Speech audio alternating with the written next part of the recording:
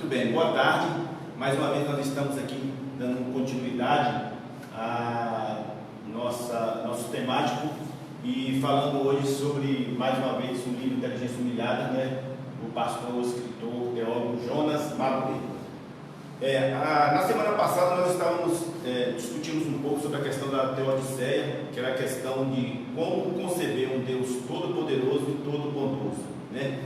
E nesse capítulo aqui, ele vai fazer uma referência como é que o homem pode enxergar isso. Ele vai fazer uma referência da maneira como o homem entende Deus e a maneira como o homem entende a si mesmo, tá? Então, a teologia da inteligência humilhada, ela é uma teologia monergista, que nós já falamos lá no início, né? E ela parte desse pressuposto, né? Quando ele fala a questão de monergista, ele está usando outro nome para a questão da predestinação, como alguns costumam falar. Ele usa essa palavra monergista para não dar tanta polêmica, porque a questão dele é o seguinte, que toda a revelação de Deus para o homem, ela parte exclusivamente de Deus, ou seja, não tem a ideia de que o homem possa conhecer a Deus buscando ele, o homem, pela sua própria vontade. Ele diz que o homem não tem essa capacidade, seguindo os pais da igreja que ele pesquisou, que ele está colocando sobre eles esse fundamento. Então ele disse, não tem como, porque o homem é um ser que por natureza ele está caído e morto, então ele não pode buscar a Deus porque ele não tem condições de ir em direção a Deus, porque ele nem sabe, muitas vezes, que ele está caído e morto, tá? E segundo é a teologia do autoconhecimento, é o que ele vai tratar nesse capítulo, a questão do autoconhecimento. Por quê? Porque ele disse que para que eu possa buscar o entendimento de Deus, eu preciso ter o autoconhecimento. E qual seria esse autoconhecimento? É o que ele vai desenvolver nesse capítulo, né? Ele diz assim: a maravilhosa bênção que a revelação divina reserva para aqueles que a conhecem é a grande descoberta de que Deus das Escrituras. E lá na frente ele vai ter citado, mas eu quero só dar isso aqui na questão da Escritura. Ele parte do pressuposto que só eu conheço Deus através das Escrituras. Não tem outra forma. Mas qual é a ideia? A ideia é o seguinte: a Escritura sozinha, ela basta para eu ter o conhecimento de Deus? Ele diz, claro que não. Para que a Escritura baste para mim ter o conhecimento de Deus, eu preciso ter a revelação de Deus. Então ele diz o seguinte: se o Espírito Santo não me iluminar as Escrituras, eu não vou conseguir compreender o que as Escrituras têm para me dizer. Porém, ele diz, somente as Escrituras que me revelam quem é Deus. Eu não posso conhecer Deus de outra forma que não seja as Escrituras, né? Então o homem somente revela ao homem não somente o verdadeiro Deus, mas também, aí eu quero dar uma pausa aqui também, o verdadeiro homem. Por quê? Porque ele está dizendo, ele diz o seguinte: o homem não pode se conhecer plenamente se antes ele não conhecer a Deus, ou vice-versa, o homem não pode conhecer a Deus se ele não se conhecer plenamente. Qual desses dois vai em primeiro lugar? Dentro da pesquisa que ele fez e que está lá no livro, ele diz o seguinte: aparentemente não há um primeiro e um segundo, mas ele parte da ideia de que, como sendo Deus todo-poderoso, então é a partir do conhecimento de Deus que eu vou conhecer a mim mesmo. Por quê? Porque ele lembra o seguinte: todas as vezes que eu precisar olhar para mim, para conhecer a mim mesmo, eu sempre vou ter que ter uma intermediação. Eu não consigo me conhecer sem ter uma intermediação. E ele diz que essa intermediação só pode ser Deus. Por isso que na questão da Teodiceia, quando eu conheço Deus e conheço a mim mesmo, eu vou estar humilhado diante de Deus e não vou ficar questionando a Deus a questão do mal. Porque existe o mal, porque há o mal no mundo, porque conhecendo a mim, através do conhecimento de Deus, eu vou saber quem é o homem e do que o homem é capaz. E aí ele vai fazer uma referência aqui. Ninguém pode conhecer de modo adequado a si próprio sem o conhecimento adequado de Deus. Por que isso é importante para a ideia da teologia da inteligência humilhada? Por quê? Porque muitas vezes o homem vai olhar para ele mesmo ele explica lá, e o homem vai achar que ele tem alguma capacidade, que ele tem algum conhecimento que não seja através de Deus. Então, quando o homem usa o conhecimento que ele tem baseado nele mesmo, então ele vai sempre desviar do conhecimento de quem é ele mesmo, porque aí você vai encontrar, ele diz que é um homem arrogante. Por quê? Porque ele vai dizer assim, eu tenho uma capacidade, dentro dessa capacidade eu tenho um grau de bondade, e dentro dessa bondade eu tenho um grau de merecimento. Então, quando ele parte por esse pressuposto, ele deixa a sua humildade, ou seja, ele deixa de ser uma pessoa humilhada. Ele vai dizer o seguinte, eu tenho algum merecimento em alguma coisa relacionada a Deus. Então, quando Deus faz alguma coisa em relação a mim, ele faz porque em mim há algum merecimento. E o segundo, ele fala que não pode conhecer verdadeiramente a Deus se ao mesmo tempo ser um ignorante de si mesmo. Aí ele vai fazer um paralelo. Por quê? Porque todas as vezes que eu conheço a mim mesmo, eu vou conhecer quem é Deus e o que Deus é capaz de fazer pela humanidade e foi capaz de fazer por mim.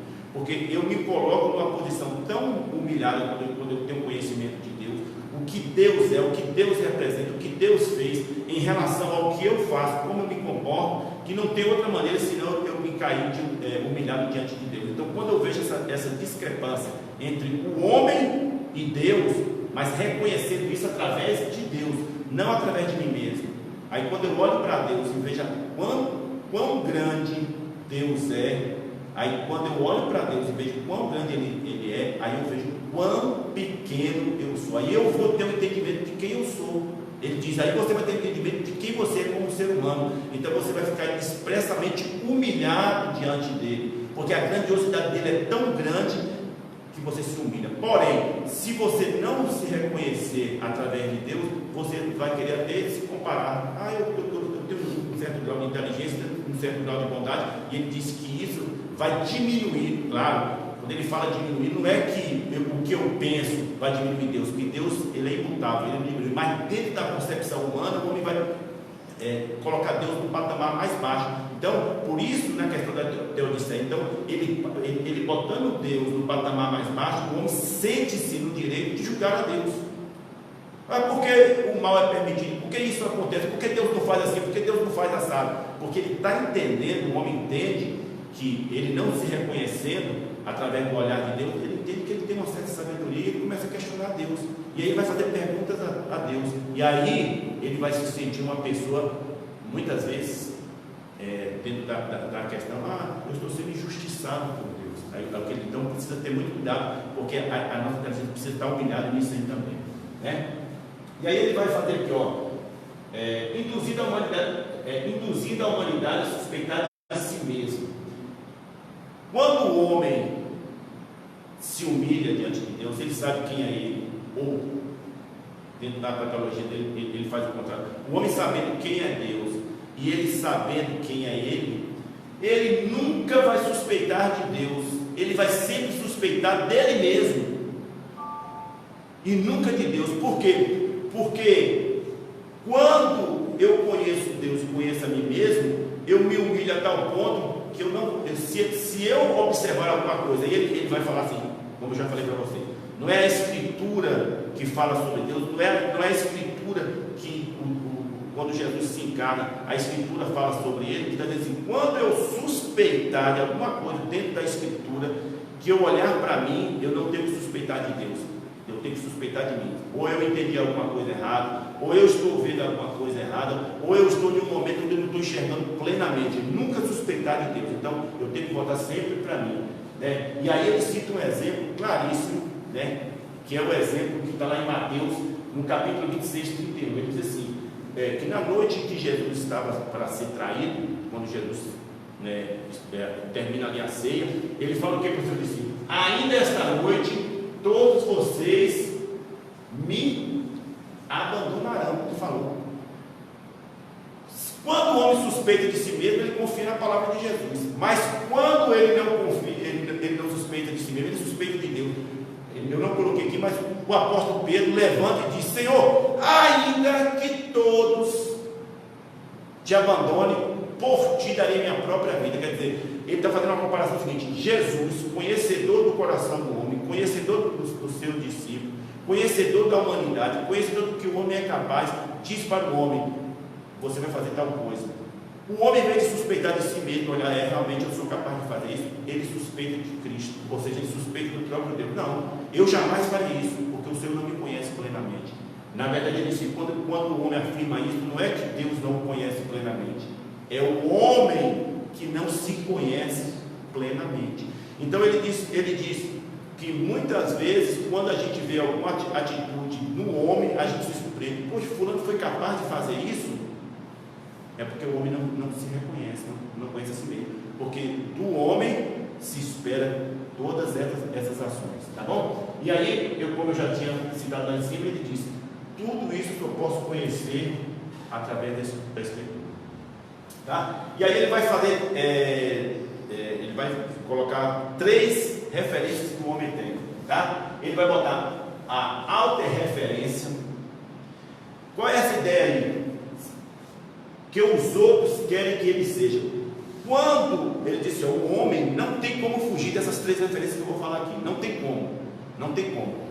Ou o homem vive para os outros, ou seja, tudo que eu faço sempre esperando a aprovação das outras pessoas. Então, por que eu me comporto assim? Porque eu quero que as pessoas me aceitem, porque por causa do meu pai, ou por causa da minha esposa, ou por causa da igreja. Então, a referência são as outras pessoas. Se elas estiverem me aprovando, beleza, então eu estou sendo escravizado por elas. Então eu vivo uma vida segundo a vontade das pessoas que estão ao meu redor, daquelas pessoas que são minha referência. Pode ser um líder, pode ser um pai, pode ser um governante, pode ser um ídolo do futebol.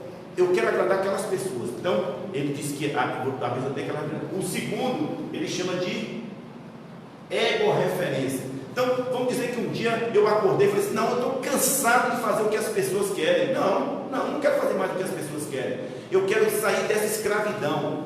Eu tiro um Senhor, que é os outros, e coloco o Senhor no lugar. Quem eu coloco? Eu mesmo. Aí eu vou servir a quem? A mim mesmo. Quem vai ser minha referência? Eu mesmo. Então, tudo que eu vou fazer me baseando como referência. Por isso vocês vão encontrar muito as pessoas dizendo assim: o importante é eu ser feliz. Então, quando ele está dizendo que o importante é ele ser feliz, ele está usando ele como referência. Qual é a sua referência de felicidade? Eu estou me sentindo bem, não estou me importando com o que os outros pensam, o que os outros acham, eu só estou me importando com o que eu acho e o que eu penso para mim. E isso finaliza. Então, essa é a importância para mim. E tem a terceira, que ele chama de teorreferência. Aí ele diz: tomar o conhecimento de Deus como referência para a determinação do ser humano. Ele diz: aí sim, o teólogo, o homem, se torna humilhado quando ele tira todas essas outras referências e ele coloca Deus como referência para o que ele vai fazer, como ele vai viver, como ele vai agir e como ele vai interpretar o próprio Deus. Porque se eu não tiver Deus como referência, eu tiver ou aos outros ou a mim mesmo como referência, ele vai voltar na questão da teodiceia. Eu vou estar sempre questionando a Deus: por que isso, por que aquilo, por que não faz assim, por que não faz assado? Mas quando eu tenho Deus como referência, eu consigo compreender que o que Deus projetou, o que Deus fez, sempre vai ser o melhor. E se eu tiver alguma suspeita do que Deus fez através da Escritura, eu não devo suspeitar de Deus, devo suspeitar de mim, né? Portanto, aí isso aqui é para o próximo capítulo. Aí ele vai fazer agora: portanto, o homem, aí ele vai dividir o homem em 4 etapas, e essas são as 4 etapas que nós vamos trabalhar na próxima semana. Que ele diz assim: então o homem é alma, coração, carne e espírito. Por que ele faz referência aqui? Só finalizando: porque dentro da teologia bíblica você vai encontrar muito esse termo: alma, coração, carne e espírito. O que essas palavras significam muitas vezes dentro do contexto bíblico? Porque muitas vezes ele vai falar de carne, mas muitas vezes a carne que ele está falando, muitas vezes não é essa carne, é outro tipo de carne. Muitas vezes ele vai falar de coração, não é o órgão do coração, mas é o ser da pessoa. Então, cada palavra dessa, ele vai fazer uma exegese, dizendo o que ela significa em certos termos bíblicos, que vai dar para nós um conhecimento exato do que a Bíblia quer dizer quando ele está se referindo ao ser humano, ao homem aí, para que o homem possa se conhecer e ele se ver diante de Deus. E quando ele se vê diante de Deus, como ele realmente é, através dos olhos de Deus, ele não vai suspeitar nunca de Deus, vai suspeitar de si mesmo, tá bom? Então na próxima semana a gente vai continuar com essas palavras aqui. Boa tarde.